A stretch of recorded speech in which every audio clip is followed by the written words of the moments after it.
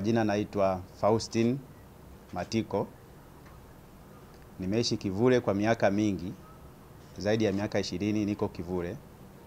Nimejenga Kivule na biashara zangu pia zipo Kivule, maeneo ya Kitunda. Ni msomi mzuri tu, nikiwa na shahada ya uzamili kwenye masuala ya utafutaji na uzalishaji wa petroli.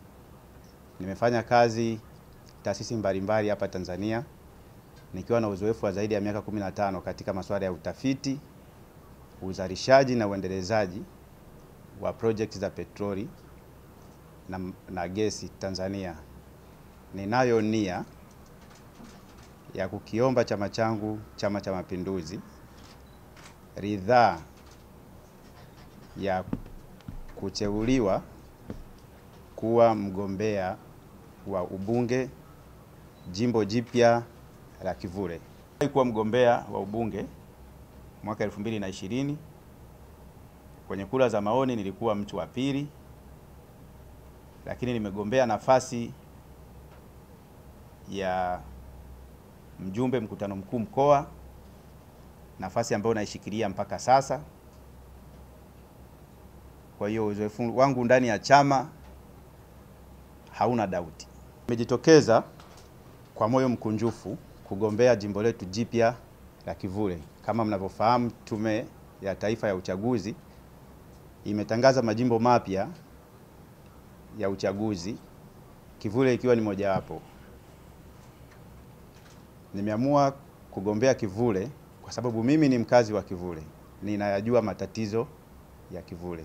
Ni wafugaji wakubwa sana wa kuku, wa mayai, hata wanyama. Lakini tumeishi katika mazingira hayo kwa miaka mingi sana. Mazingira ya kufuga kienyeji, na hatuyajui masoko yako wapi.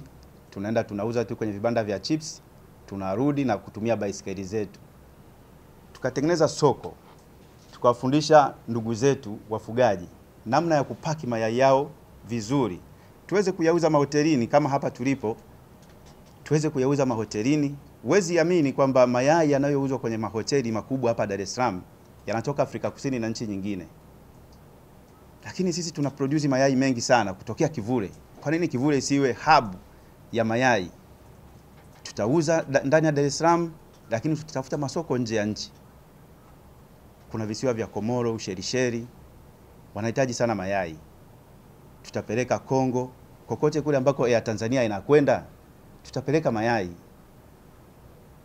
Na hili jambo linawezekana kabisa, linahitaji tu nani wa kuanzisha, nani mwenye wazo. Sasa wale ndugu zetu wenye baisikeli tunaenda kuwakwamua kiuchumi, wanaweza sasa kuuza mayai yao kwa sababu soko ni la uhakika. Tutaanzisha soko kubwa la mazao ya kuku ndani ya jimbo letu la Kivule. Kipaumbele cha Rais wa Jamhuri ya Muungano wa Tanzania Dr. Samia Suluhu Hassan pia kinasisitiza matumizi ya nishati safi ya kupikia. Kwa miaka sasa mingi tuko na bomba ambalo linatoa gesi Mtwara mpaka Dar es Salaam, lakini wana Kivule sisi hatuitumii hiyo gesi katika matumizi yetu ya kupikia. Nunua ule mtungi wa gesi wa kilo 15, amaunti ile ambayo unaitumia kwenye mtungi wa gesi, ukitumia gesi ya kwenye bomba, hii gesi ya kwenye mtungi utainunua shilingi 57,000 kwa bei ya leo. Lakini kama ungetumia kwa bomba, ungeilipia shilingi 17,000. Hilo ni punguzo la zaidi ya 60% ya bei unayotumia wewe katika matumizi yako ya upishi wa kawaida.